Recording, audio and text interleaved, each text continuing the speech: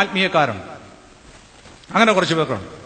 അവർക്ക് രോഗശാന്തി വേണം, അതുപോലെ അവർക്ക് അത്ഭുതകരമായ കാര്യങ്ങൾ സാധിക്കണം, അതിനനുസരിച്ച് ചില ആത്മീയമൊക്കെ വേണം, അതനുസരിച്ച് ചെയ്തു കൊടുക്കുന്ന കുറച്ച് പേര് അതും ഉണ്ട്.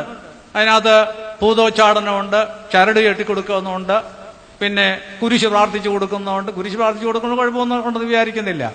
പക്ഷെ ഇതെല്ലാം ഒരുമാതിരി മാജിക്കും മന്ത്രവുമാക്കി മാറ്റി അത് മനുഷ്യരുടെ തൃപ്തിക്കനുസരിച്ച്, അതുപോലെ മനുഷ്യരുടെ ഇഷ്ടമനുസരിച്ച് കുറെ വേലകൾ ചെയ്തു കൊടുക്കുന്ന രീതിയും നമ്മുടെ നേതാക്കന്മാരുടെ ഇടയിൽ വർദ്ധിച്ചുകൊണ്ട് ഇരിക്കുകയാണ്.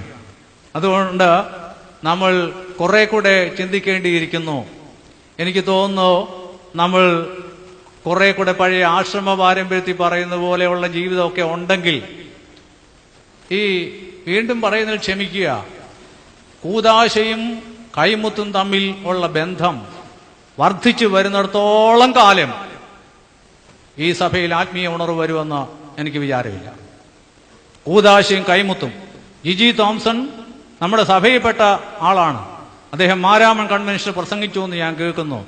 എയർപോർട്ടിൽ ചെന്നാൽ ഞങ്ങളുടെ ഒരു മെത്രാച്ചൻ ഇല്ലാത്ത ഒരു സന്ദർഭവും ഇല്ല എന്ന് ഞാൻ ചിലപ്പോൾ അദ്ദേഹം പറഞ്ഞ എനിക്കറിയാൻ വയ്യ, അദ്ദേഹം പറഞ്ഞാണ്. അദ്ദേഹം ചോദിക്കും, എന്തിനാ തെറ്റുമണി പോകുന്നത്? അതേ, ഒരു മാമോദിസ